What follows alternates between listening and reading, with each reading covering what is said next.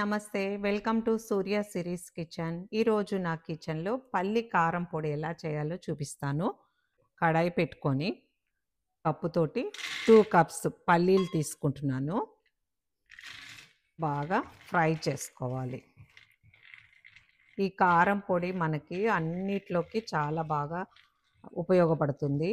ఎక్కువగా టిఫిన్స్‌లోకి, ఇడ్లీ, దోస, ఉప్మాలోకి, అలాగే అన్నంలోకి. మన పల్లీలు వేగిపోయాయి.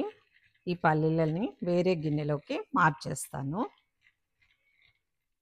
చూడండి చక్కగా పొట్టొచ్చేస్తుంది.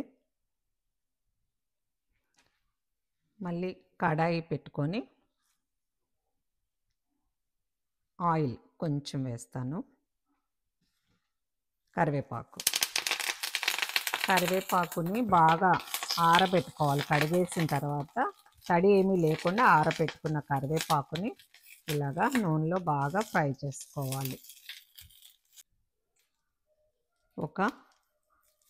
మనము 2 కప్పులు దాకా తీసుకున్నాము కాబట్టి పల్లీలు, 1 స్పూను జీలకర్ర వేస్తున్నాను. కొంచెమే చింతపండు, ఎక్కువ అక్కర్లేదు. వీటిని కూడా బాగా ఆయిల్‌లో తక్కువ ఆయిలే వేసాను, చూసారు కదా. 1 స్పూన్ ఆయిల్ ఇవన్నీ బాగా ఫ్రై చేసుకోవాలి. అలాగే ఎల్లుల్లిపాయ, ఒక పాయి మొత్తం ఒలిచింది వేసేస్తున్నాను.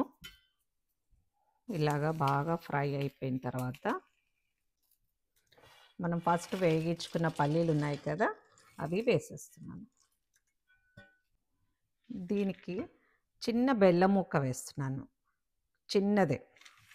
చాలా బాగా టేస్ట్ ఉంటుంది, ఎందుకంటే చిన్న చింతపండు అలాగే కొంచెమే మనం బెల్లం వేయటం వల్ల ఈ పొడికి మంచి టేస్ట్ వస్తుంది.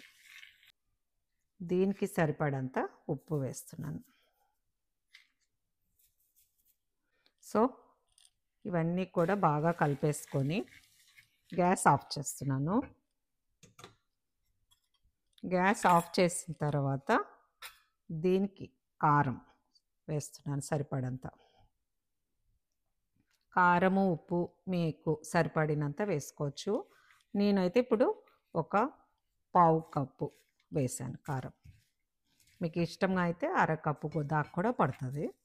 సో ఇప్పుడు గ్యాస్ ఆఫ్ చేస్తాం కాబట్టి ఇదంతా బాగా చల్లగా అయిపోయిన తర్వాత మనము మిక్సీ చేసుకోవాలి. సో మన పల్లీల పొడి రెడీ అయిపోయింది. నా వీడియో కనుక మీకు నచ్చినట్లయితే లైక్ చేయండి, షేర్ చేయండి, సబ్స్క్రైబ్ చేయండి. Thank you so much.